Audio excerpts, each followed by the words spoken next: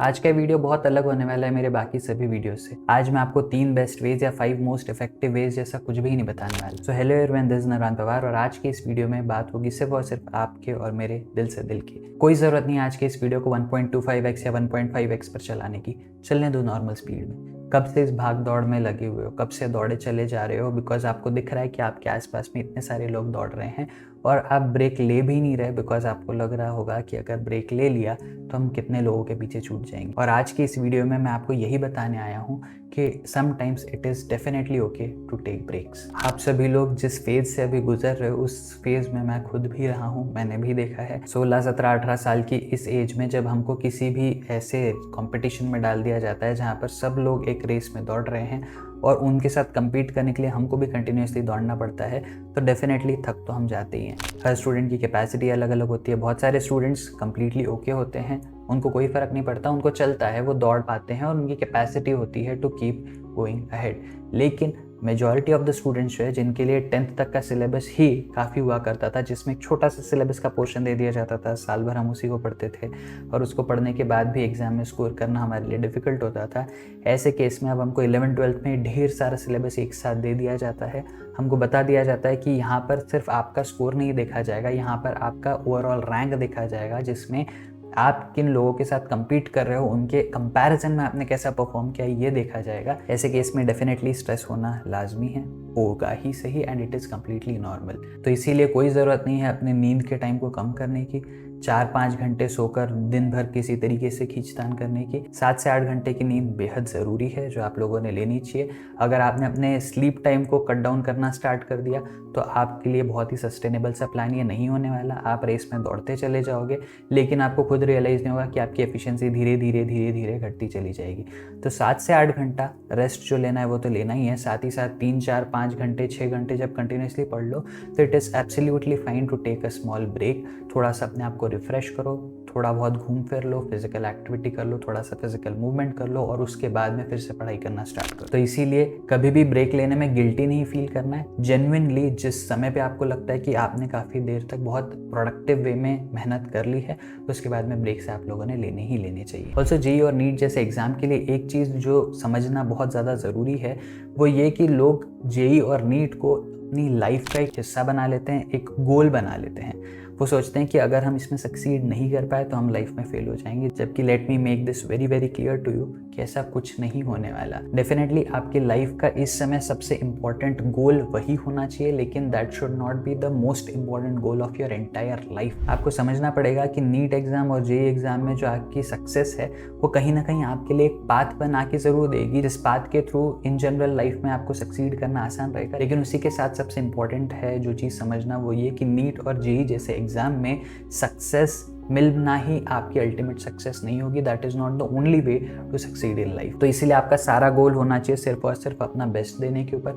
हमको करना कुछ नहीं है, हमको पूरे 2 साल तक बहुत ही शिद्दत के साथ जी जान लगाकर अपना बेस्ट देते चले जाना है। इवन अगर आप ड्रॉप ऑलरेडी ले चुके हो तो उसमें भी आपको सिर्फ और सिर्फ अपना बेस्ट देने के ऊपर फोकस करना है। आपको दूसरे लोगों से कंपैरिजन करने में अगर डीमोटिवेटेड फील होता है, खुद के साथ compete करते रहो, खुद को रोज बेटर बनाते रहो, खुद के स्कोर्स को बीट करते रहो, and that is the only thing that you need to focus on. हम सभी लोगों के साथ बहुत बार ये होने लगता है कि जब हम एग्जाम्स देते हैं, जब हम टेस्ट देते हैं, हम दूसरे लोगों के रैंक्स देखते हैं, उनका स्कोर देखते हैं और हम देखते हैं कि लोग कितने देर तक कंटिन्यूसली पढ़ पा रहे हैं और वो देखकर हमको डीमोटिवेटेड सा फील होने लगता है, which is very very normal. अब हर स्टूडेंट की कैपेसिटी अलग अलग होती है, हर स्टूडेंट की लंबे टाइम तक बैठ पाने की कैपेसिटी, ग्रास्प करने की कैपेसिटी, दिमाग को कंटिन्यूसली वर्क करवाते रहने की कैपेसिटी, सब कुछ अलग अलग होगा। तो इसीलिए जब दूसरे लोगों को आप कंटिन्यूसली मेहनत करते देख रहे हो, उनका स्कोर बढ़ते देख रहे हो, तो उससे खुद के लिए मोटिवेशन लेना है। लेकिन कभी भी ये एक्सेप्टेंस अपने अंदर मत आने देना कभी मैं इस एग्जाम में सक्सेसफुल हो ही नहीं पाऊंगा even after giving my best. Result at the end of the year जो भी होगा देखा जाएगा। अभी हमको करना एक छोटा सा काम है कि बस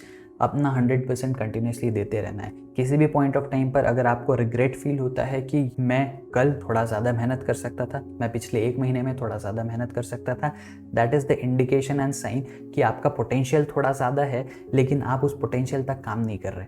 अगर आपका ये रिग्रेट खत्म हो जाता है, अगर at every point of time आपको पता है कि जितनी मेहनत मैं कर रहा हूँ या जितनी मेहनत मैं कर रही हूँ वो मेरे कैपेसिटी के हिसाब से मैक्सिमम एफर्ट है जो मैंने कर दिया, उसके बाद आपको रिजल्ट की कोई चिंता करने की आवश्यकता नहीं है। रिजल्ट अगर अच्छा आ गया और अच्छा रैंक आपको मिल गया तो डेफिनेटली आपके लिए तो बहुत अच्छी चीज़ है जिसके लिए हम सब लड़ रहे हैं। लेकिन इन दैट केस अगर आपका रिजल्ट आपके मन माफिक या मन मुताबिक नहीं भी आता है तो आपको कोई चिंता करने की ज़रूरत नहीं है, बिकॉज आपको रिग्रेट नहीं रहेगा कि मैंने अपना बेस्ट नहीं दिया।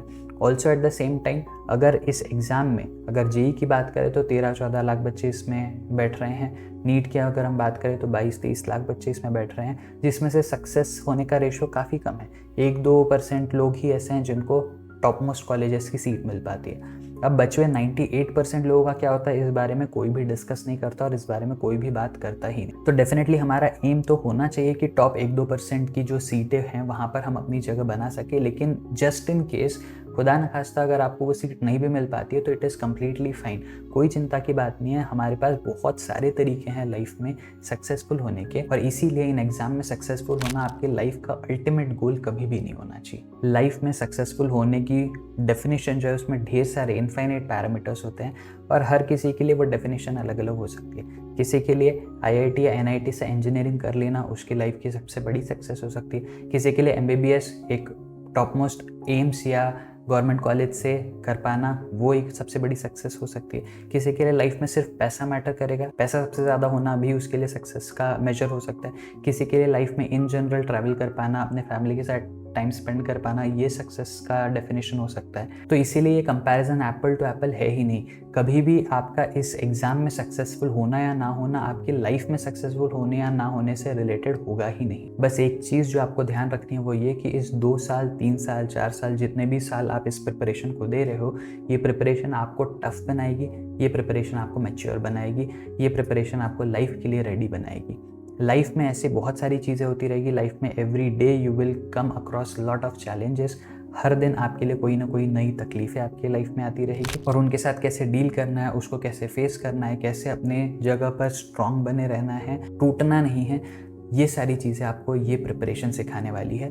तो इसीलिए इस जर्नी को बोझ अपने ऊपर मत बनने देना, इस जर्नी का कभी भी स्ट्रेस मत लेना। इंस्टेड पूरा फोकस करना इस जर्नी को पूरी तरीके से एंजॉय करने के ऊपर, इस जर्नी से ढेर सारी चीज़ें सीखने। आपकी जो भी फिलहाल कंडीशन है, आज जिस भी सिचुएशन में फिलहाल बैठे हो या इन फ्यूचर भी आप जिस भी सिचुएशन में बैठे रहोगे, हमेशा बस एक चीज़ ध्यान रखना कि जो भी चीज़ें आपके पास ऑलरेडी है उनके लिए आपको ग्रेटफुल होना है, और जो भी चीज़ें आप चाहते हो लाइफ में आपके पास हो उनके लिए आपको एस्पिरेशनल होना है। किसी भी पॉइंट पर अगर आपको ये रियलाइज़ होने लगे कि आपके जो एस्पिरेशंस है उसके पीछे भागने के चक्कर में आपके पास करंटली जो चीज़ें अवेलेबल है उनके लिए आप अनग्रेटफुल हो रहे हो, तो वो चीज़ आपके लिए सबसे बड़ा एक अलार्मिंग साइन हो सकता है। बहुत ही नॉर्मल सी चीज़ है इस 2-3 साल की प्रिपरेशन में अनकंफर्टेबल सा फील करना, और ये चीज़ सिर्फ आपके साथ हो रही है ऐसा बिल्कुल नहीं है। जितने बच्चे इस एग्ज़ाम में दौड़ रहे हैं 80-90% बच्चे ऐसे ही है जिन सभी लोगों को ये चीज़ अनकंफर्टेबल बनाती है, बहुत स्ट्रेस्ड आउट फील करवाती है, लेकिन हर कोई उसमें से कुछ ना कुछ सीख कर ही जाता है। चाहे आपका सिलेक्शन हो या आपका सिलेक्शन ना हो,